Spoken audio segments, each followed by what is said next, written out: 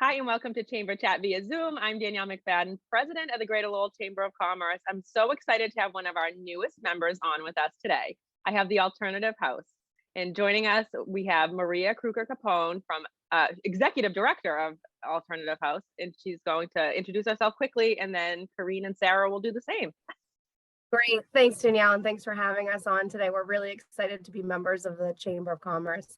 I'm Maria Kruger-Capone, the Executive Director of 𝗨𝗀𝗵 House, and I'll pass it on to Sarah so she can introduce herself.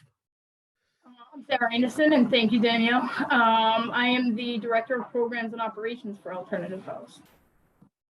Karine. Hello. I'm Karine. I'm the Shelter Coordinator at 𝗨𝗀𝗵 House. Thank you for having us here. We're excited. Yeah, thank you for being here and for all the amazing work that you do for our community. And we're going to get into that right now. If you could tell me a little bit about the history of the 𝗨𝗀𝗵 House, I'm really excited to hear about it. Sure. We're actually just rounding the corner on being in existence for 45 years, which is very exciting.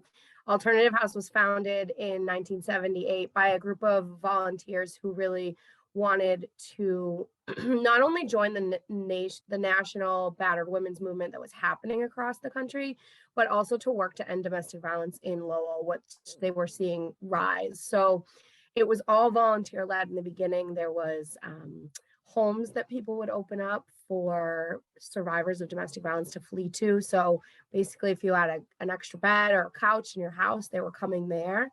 And that evolved into a shelter. And now today we have multiple programs, including 3 residential sites and a multitude of community-based programs, which you'll hear about today from the staff that are on with us. But it's been quite the journey. And, you know, we always say that the best thing that could happen to us is to be out of a job. So we'll continue to work to end domestic violence. But in the past 45 years, we've expanded to cities and towns throughout Middlesex County and founded really wonderful relationships with local police departments and efforts. And we work every single day to adhere to our mission of working to end a world without violence and oppression. Well, thank you for doing that. And you mentioned your programs and services. Can we get into some of those? I can help with that. So as Maria mentioned, we have an array of programs and services that we provide in the community, including the 3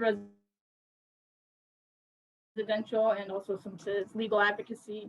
We have a high risk and safe housing program. And like Maria mentioned, we're collaborating with the Lowell Police Department, Pepperell Police Department, and we're excited to serve the Middlesex community.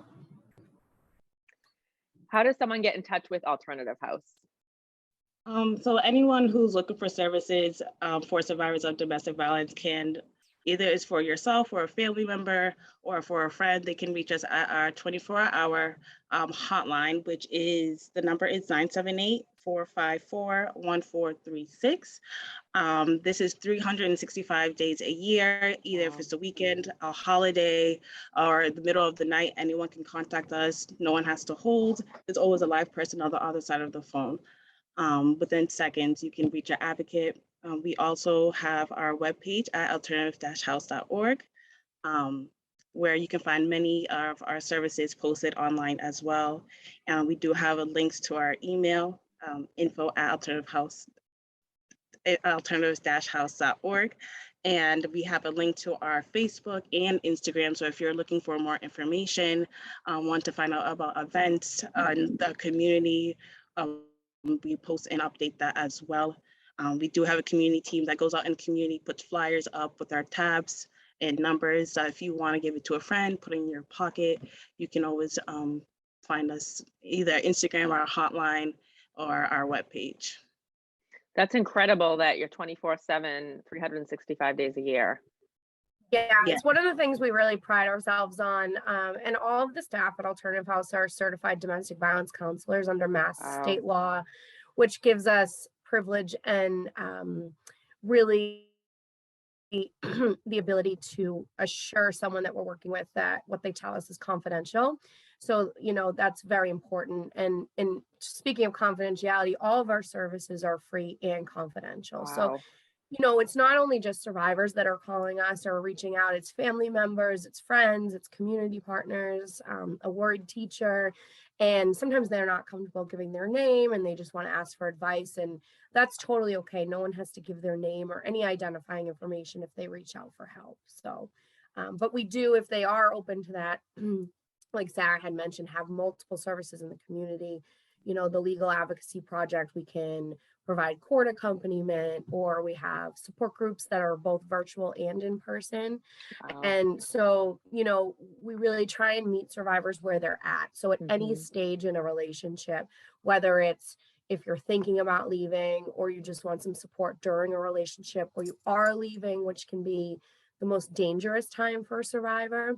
And after you've left, which is equally as dangerous. And so our staff will work with someone at any phase of the relationship, and there's never any judgment on any of that.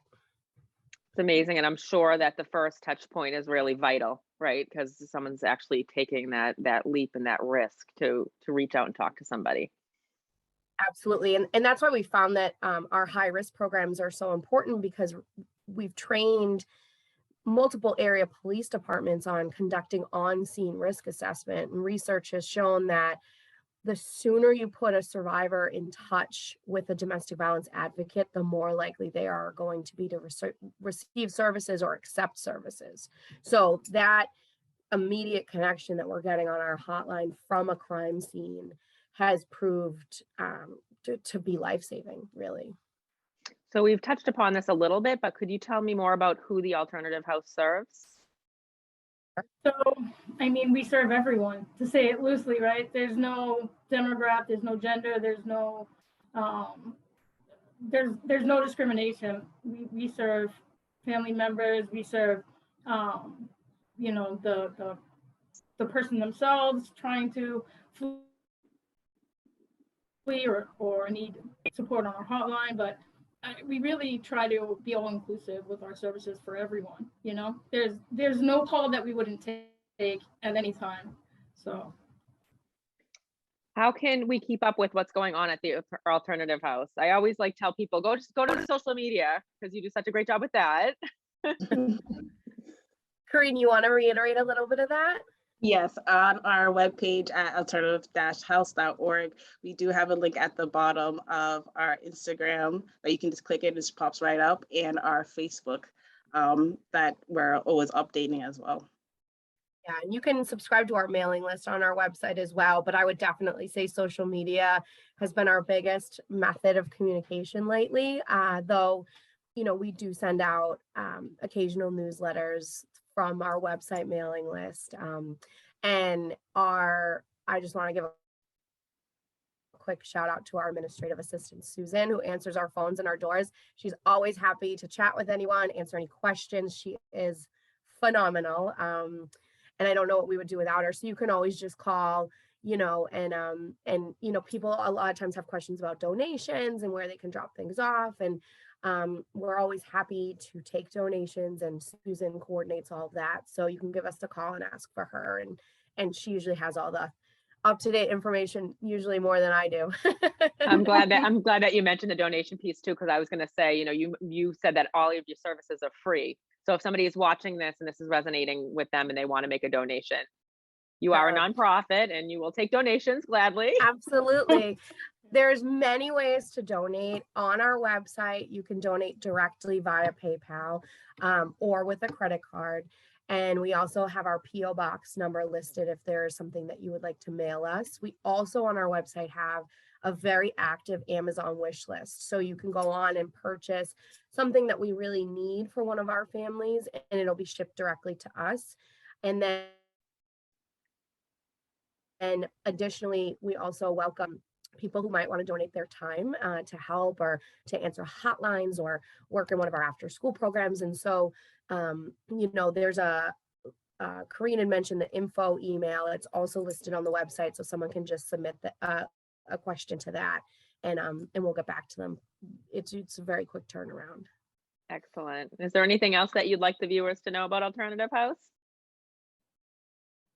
I would just say that, please don't be afraid to call, or, say hi if you see one of us walking down the street. Not that we're celebrities or anything, but, we're always excited to meet people. We're always excited to meet new people. And, the topic of domestic violence can be really tough. And, we're open to having conversations with people and really just here to help. All of our staff are fantastic and fun. We laugh a lot. So, we're open and welcome at any time for anyone. Well, thank you so much. Welcome to the chamber. Thank you. And I hope to see all of you very soon. Great. Thanks, Danielle. Excellent. Thank you. Bye.